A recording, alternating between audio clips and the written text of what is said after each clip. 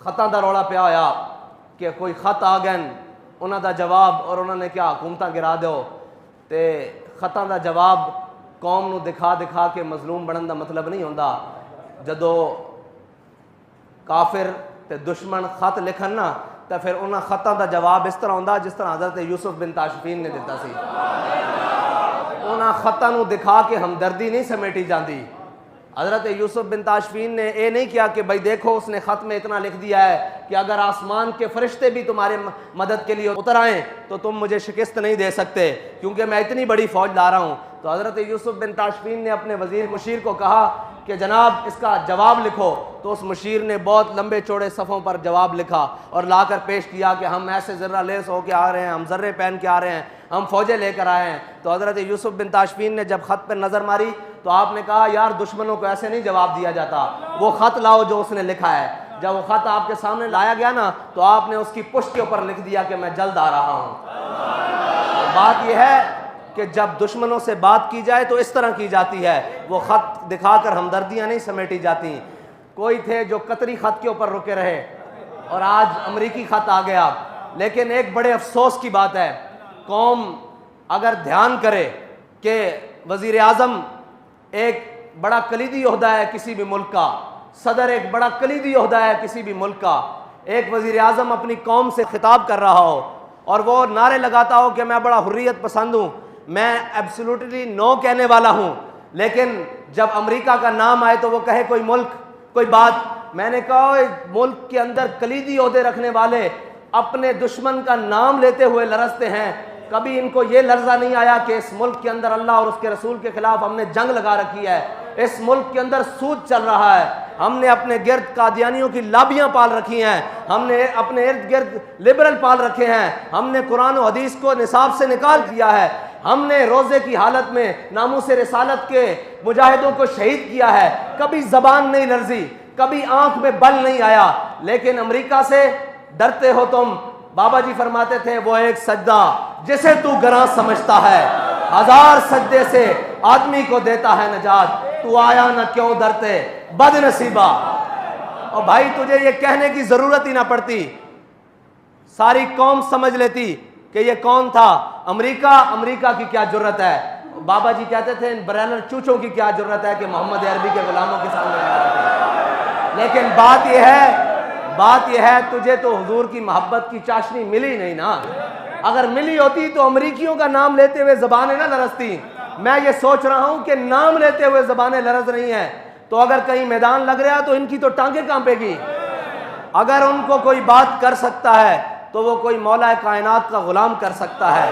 तो जब दुश्मन आए ऐसे चौड़ा होकर, तो आपने फरमाया अनल्लज़ी सम्मतनी उम्मी हैदरा, फरमाया मेरी माँ ने भी मेरा नाम हैदर रखा, झाड़ियां दा शेर।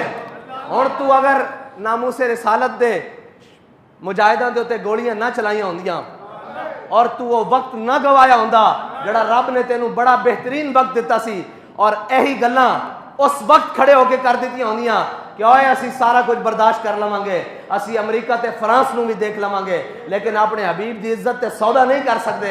ते अज ये लंबियां तकरीरां ते रो के दिखाण दी कौम नू जरूरत ना पैंदी। कौम तेरे पीछे, लोग कहते हैं जी आप इसके साथ चलें। मैंने कहा साथ चलना पीछे की बात है। अगर ये नामूस रिसालत के ऊपर खड़ा हो जाता, हम इसकी जूतियां अपनी पगड़ी में बांधने के लिए तैयार थे। लेकिन अगर कोई हमें कहे कि इक़्तिदार की खातिर इसको साथ रखो, तो मर ही जाऊं जो इस दर से जाऊं 2 कदम, क्या बचे बीमार गम कुर्बे मसीहा छोड़कर। ऐसा एक इक़्तिदार नहीं, सारी दुनिया का इक़्तिदार भी हो, हम अपने पांव की ठोकर पे भी नहीं रखते।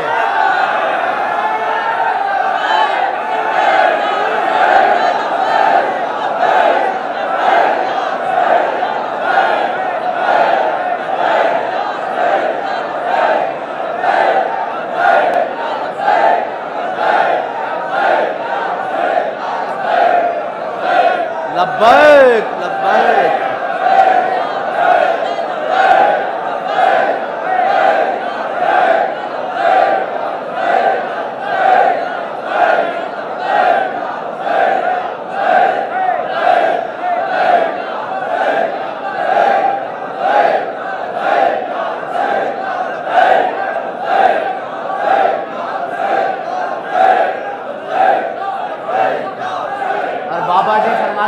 बड़े बदनसीब जो करार तक न पहुंचे।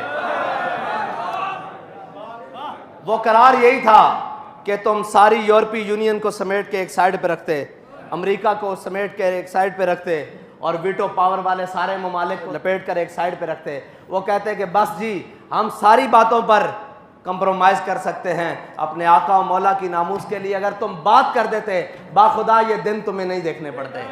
लेकिन अभी तुमने देखने हैं, अभी तो दुनिया में देखे हैं, अभी तो आगाज़ है, अभी तो अंजाम उस हशर के दिन तक बाकी है जब हुजूर के सामने पेश होना है और उस किसी नुक्कर में अमीरुल मुजाहिदीन भी खड़े होंगे और वो ये नहीं तुम कह सकोगे कि हमें बताया किसी ने नहीं। भाई तुम्हें रोडों पर रोजे की हालत में खून में नहा कर भी बताया कि बाज आ जाओ हुजूर की नामूस पर पहरा दे लो।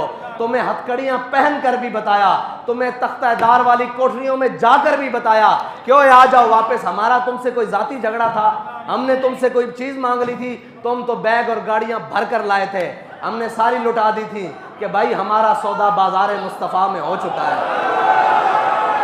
ये हमने तारीख जो है ना ये सौदागरों के लिए नहीं बनाई, ना बाबा जी ने इसके अंदर मेहनतें सौदागरों के लिए की हैं। ये तारीख का मकसद सिर्फ एक था कि वरफाना लका ज़िक्र का